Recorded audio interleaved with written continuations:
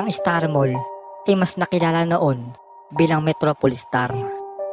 Ang kinatatayuan lugar ng Star Mall Alabang ay isang dating sementeryo o mas kilala noon na Alabang Cemetery na dinevelop ng Manuela Realty Corporation, isang korporasyon na pag-aari ni Doña Manuela Aguilar Reguera na siya namang lola ni Senador Manny Villar.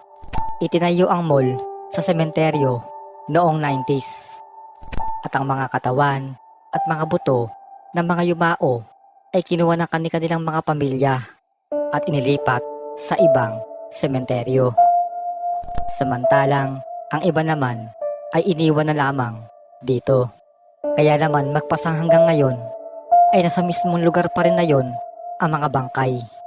Ito marahil ang dahilan kung bakit haunted ang mall.